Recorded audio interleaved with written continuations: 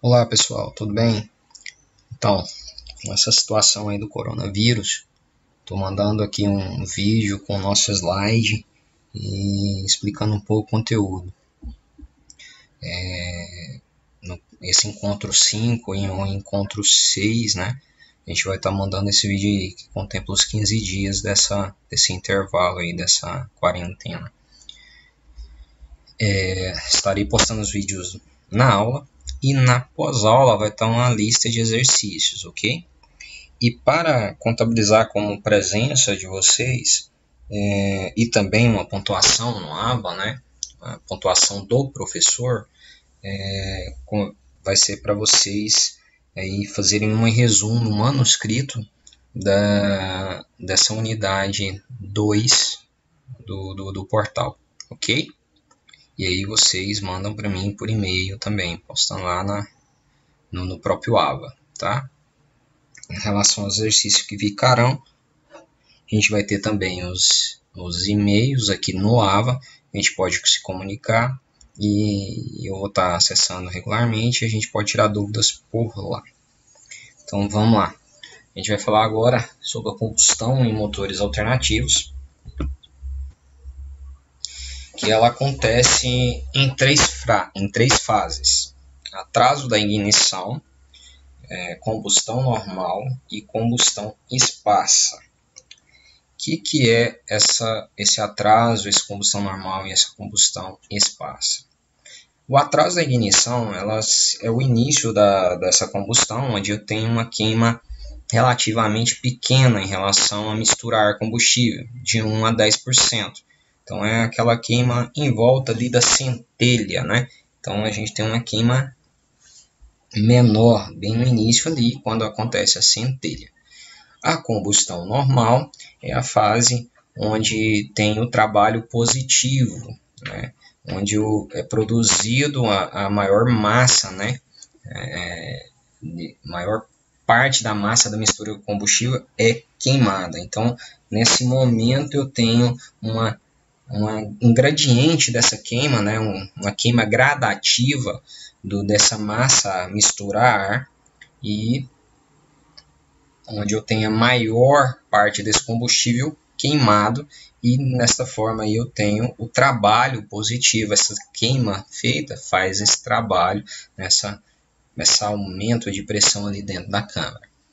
E na última fase ocorre a queima do restante, né, da pequena parte da massa ar combustível que ficou, né, sem queimar, ou seja, na periferia ali da câmara, né, onde tem o restante da queima.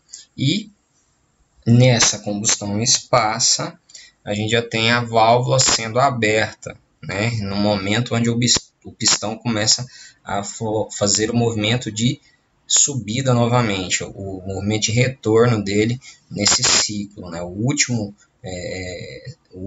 movimento, o último estágio do ciclo do motor 4 tempos, por exemplo. Como a gente pode ver nessa figura, aqui a gente tem a admissão, né? O pistão está sendo movimento descendo aqui e está tendo a admissão do combustível.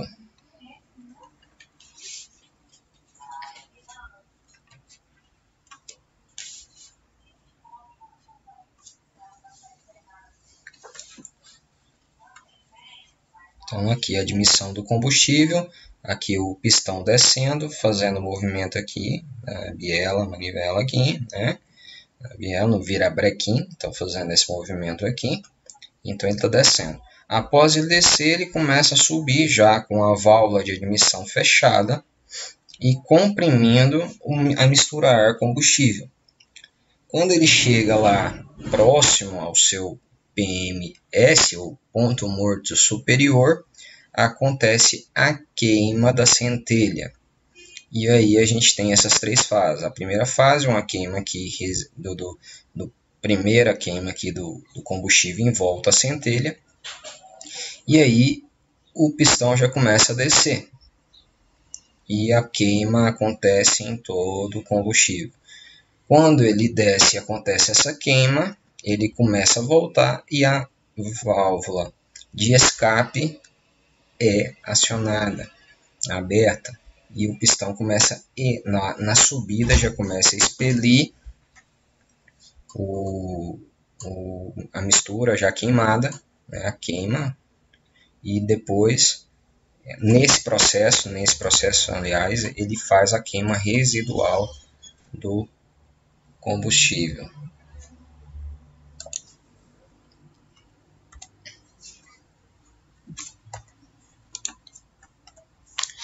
Então, mediante essa queima, surge essa perguntinha aí: quais os possíveis causas do ruído elevado em um motor? E para a gente responder essa pergunta, a gente faz a análise agora da combustão em um motor. Nesse sentido, essa curva aqui demonstra o estágio, né? Desde a ignição, desde a compressão, né? Pressão elevada e o escape. Nesse sentido aqui, a gente vê aqui a ignição e um atraso de ignição. Pressão trabalho negativo e pressão trabalho positivo. Nesse sentido aqui, esse atraso de ignição aqui, né, é o que faz esse atraso ou adiantamento dessa ignição que pode provocar esses ruídos, né?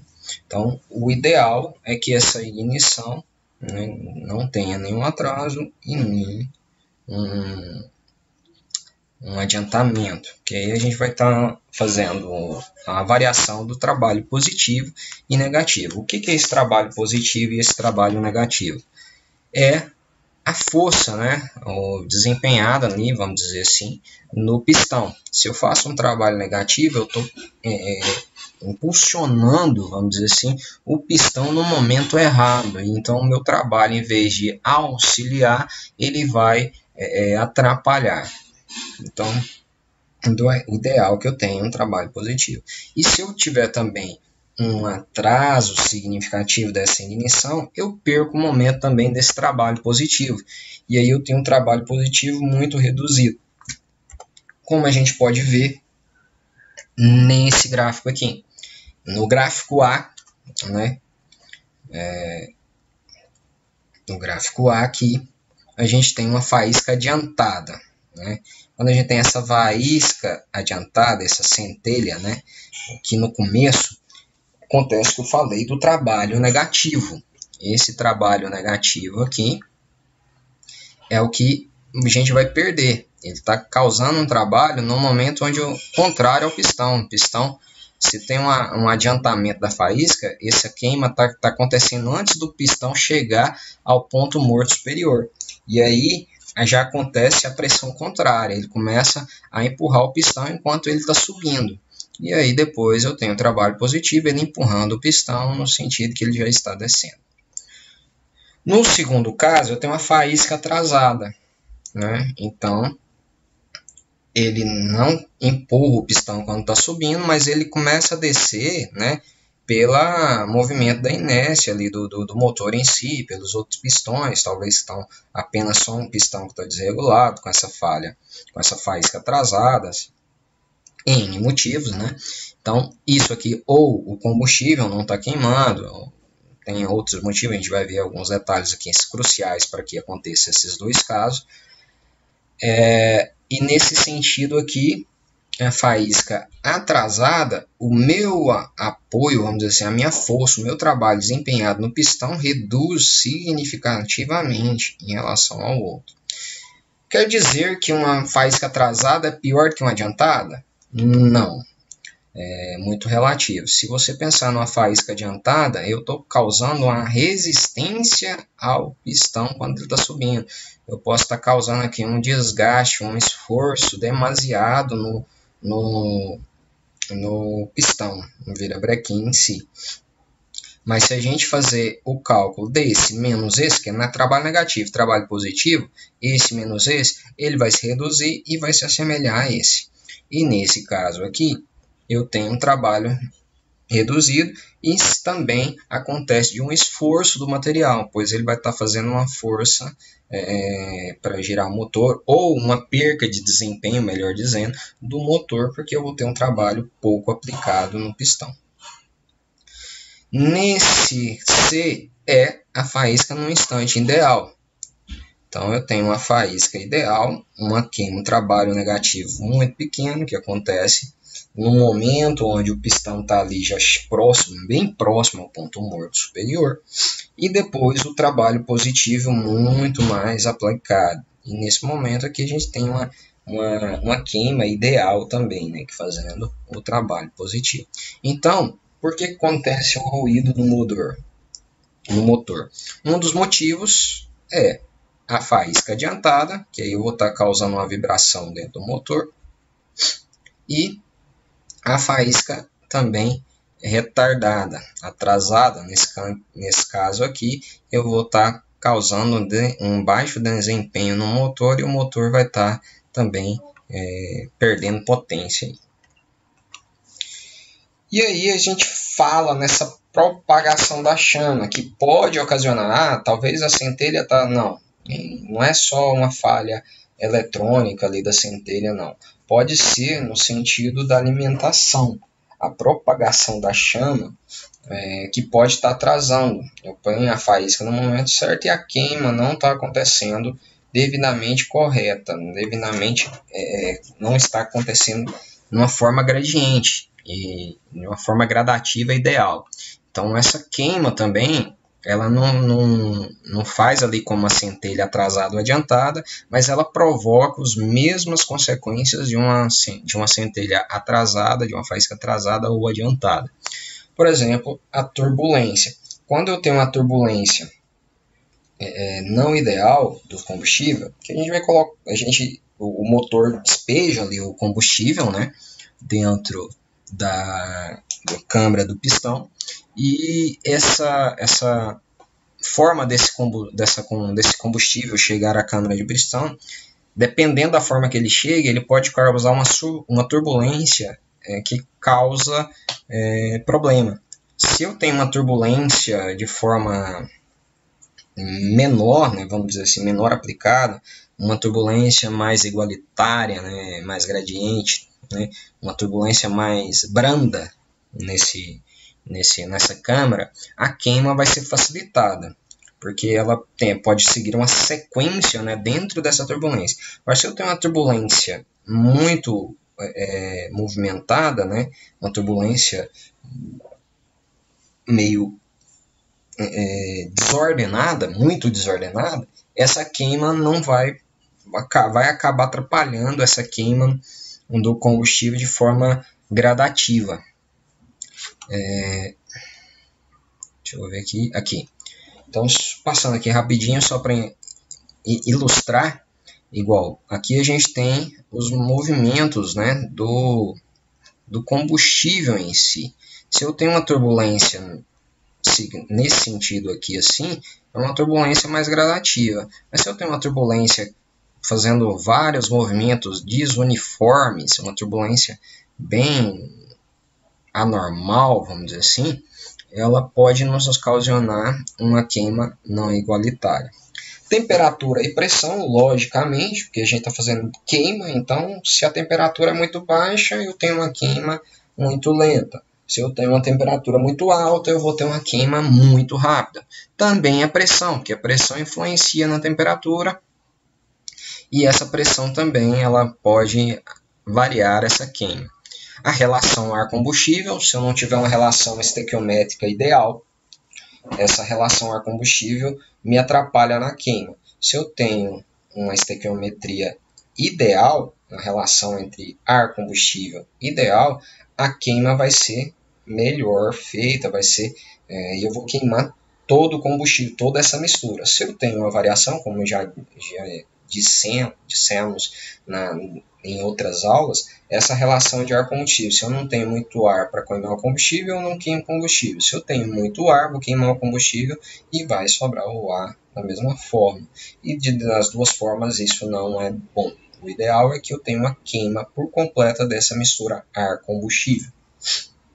e a presença de gases residuais. Isso é uma consequência dessa relação ar-combustível.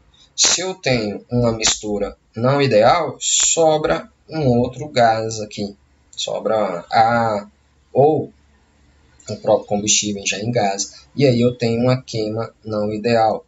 E também isso aqui é causado também pela escape. Se eu não estou tendo um escape ideal, também a presença de gases residuais. Isso tudo acontece, tudo pode provocar esse aparecimento de chamas secundárias de autoignição.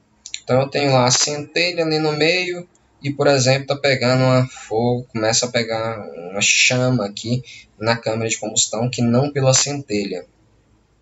E aí isso vai atrapalhar todo o meu combustível, porque se eu tenho uma queima aqui, começando aqui, eu já tenho uma reação. E se eu tenho aí depois aqui uma outra queima aqui, elas vão uma atrapalhar a outra. Imagina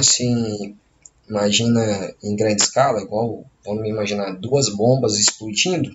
Se uma bomba explode aqui, ela joga resíduos para cá. Na hora que a outra explode, ela joga os outros resíduos para cá. Então eu tenho uma turbulência aí inadequada aqui dentro por conta de explosões diferenciadas. E aí eu tenho frente chama, início da combustão, gases já queimados, né? Que aqui o combustível começa a entrar, aqui eu já tenho gases queimados. E aí eu tenho outro restante e eu tenho uma autoignição. Aqui está mostrando o contrário. Aqui eu tenho a frente chama, né? É o mesmo sentido que eu falei, mas o desenho aqui é o contrário do que eu falei. Aqui é como se fosse a centelha e está pegando aqui e de repente ela está indo em combustão de todo o combustível, está começando a queimar o combustível e antes dela queimar todo o combustível aparece uma outra chama aqui. E aí isso causa uma turbulência, uma força contrária aqui que traz ruído, traz vibração no motor. Ok? E sem contar que essas explosões inadequadas acontece também danificação na parede dos motor,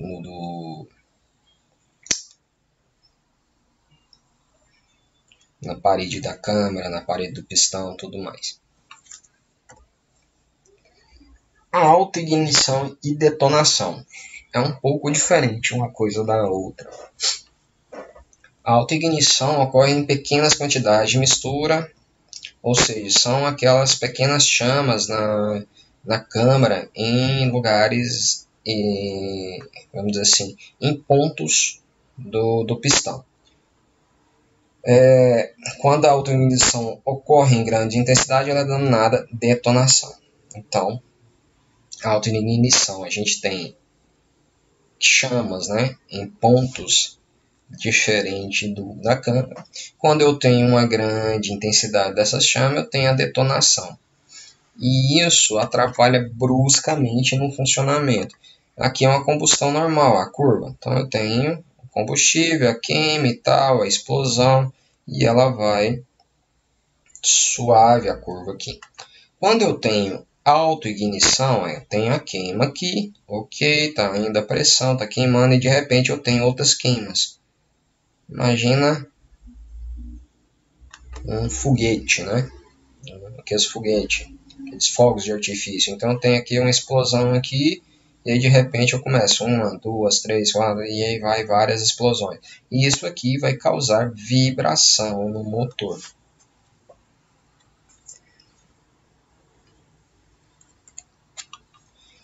E para um bom desempenho sem ocorrências de detonação, aí a gente volta lá na questão da turbulência, que eu mostrei aqui já para vocês. Gerar nível adequado de turbulência para combustão rápida e eficiente. E a gente tem o padrão Swirl, Tumble e o Squish. São padrões diferentes da turbulência. No A aqui a gente tem o Swirl, que é espiral. A gente tem o Tumble, que é nesse formato circular. E a gente tem o tipo Squish, que ele faz como se concêntrico, né? Uma turbulência concêntrica dentro do pistão. Dentro desses 3 movimentos, né, de turbulência, né, a gente movimentando, né, tendo isso adequado na entrada do combustível, a gente tem uma turbulência adequada para a queima.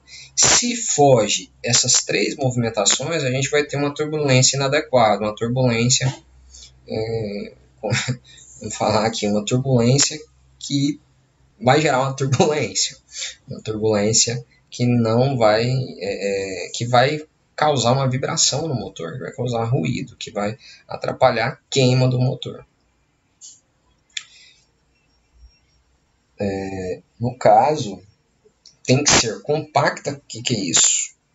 Menor caminho percorrido pela chama de frente, redução da duração da combustão e consequente redução no tempo de exposição da parte final da mistura ar-combustível aos gases queimados. Ou seja, lembra lá da primeira, segunda e terceira fase da queima, que é propriamente dito referente à segunda fase, a queima normal, né? A combustão normal lá. Ou seja, fazer essa queima tem que ter uma redução da duração dela.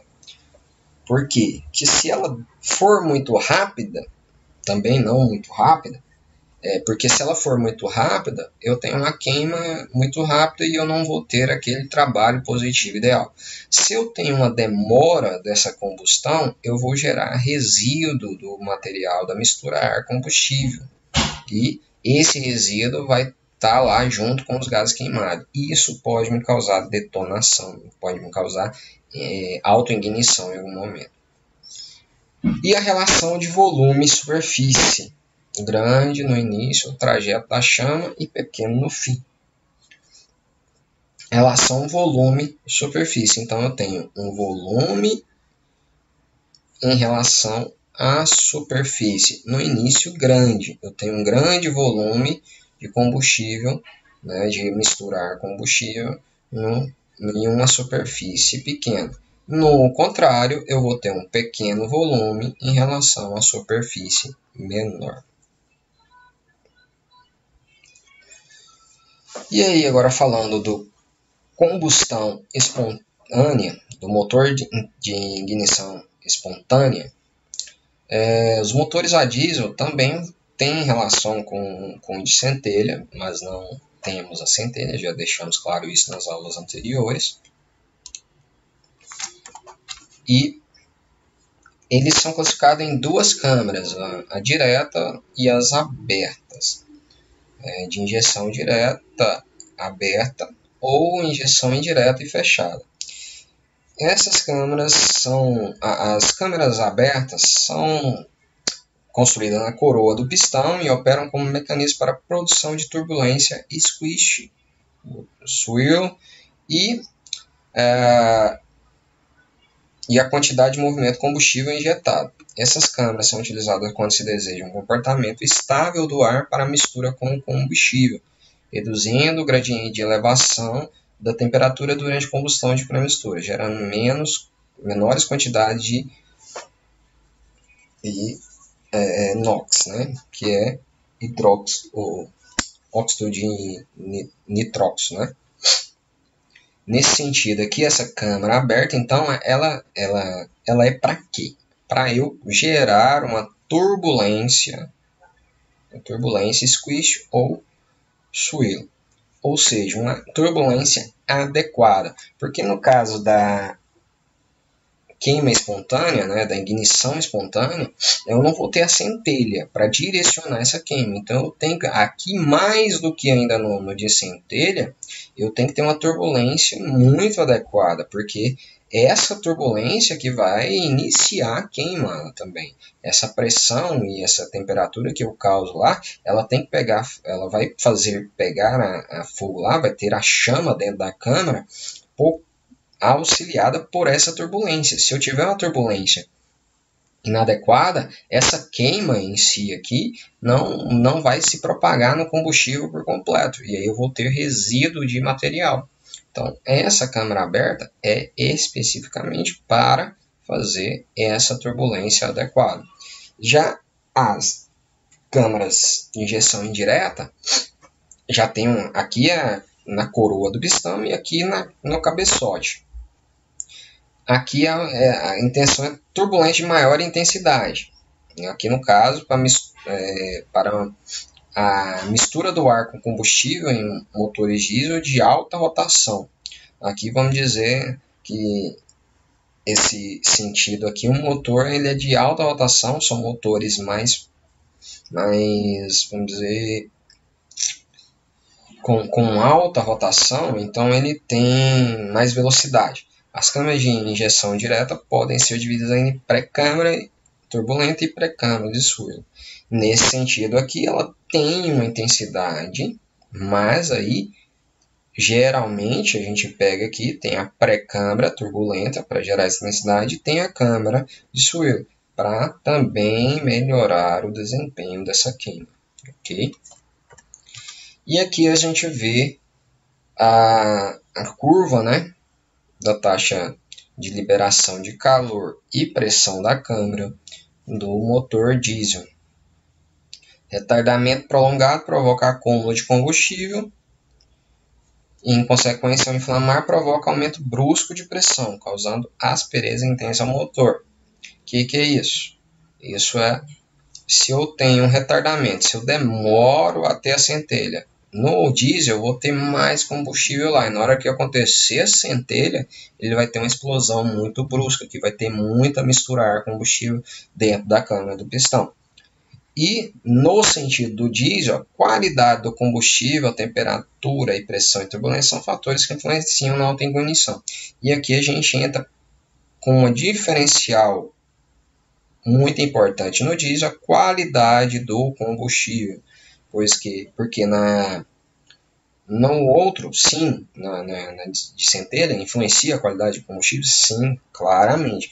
Mas no diesel, ele, por ter uma qualidade de combustível, ele não tem um auxiliador que é a centelha. No sentido por centelha, o combustível pode talvez estar não na qualidade tão ideal, mas ele tem um auxiliador que é a centelha. No diesel, a gente não tem esse auxiliador de centelha, então é só na pressão e temperatura. Então, se o combustível não tiver numa qualidade ideal, a queima dele vai ser muito mais difícil de acontecer em relação ao que a centelha. Igual a gente até já discutiu em sala, exemplo disso é igual os motores a álcool carburado, né? Antigamente, quando estava frio, não pegava com dificuldade, né? Os carros pegavam com dificuldade, tinha que aquecer o motor. Porque, no sentido do álcool, né, dificulta a queima ali no frio. O diesel é semelhante nesse sentido se ele for um combustível de baixa qualidade. E aí não é só em relação ao frio, não é em relação ao frio, aliás. Ele é em relação à sua qualidade do combustível. Se eu tiver um combustível, um diesel de má qualidade, essa queima vai dificultar, vai me dificultar. E dá aqueles detalhes que eles falam da entrada de ar no motor e tudo mais. A entrada de ar é outra situação, mas geralmente está com mau combustível e geralmente os motoristas, né, acabam falando, deu uma entrada de ar no motor. Nem sempre é a entrada de ar, e sim a qualidade do combustível que não é ideal. Então, aqui termina essa aula do encontro 5.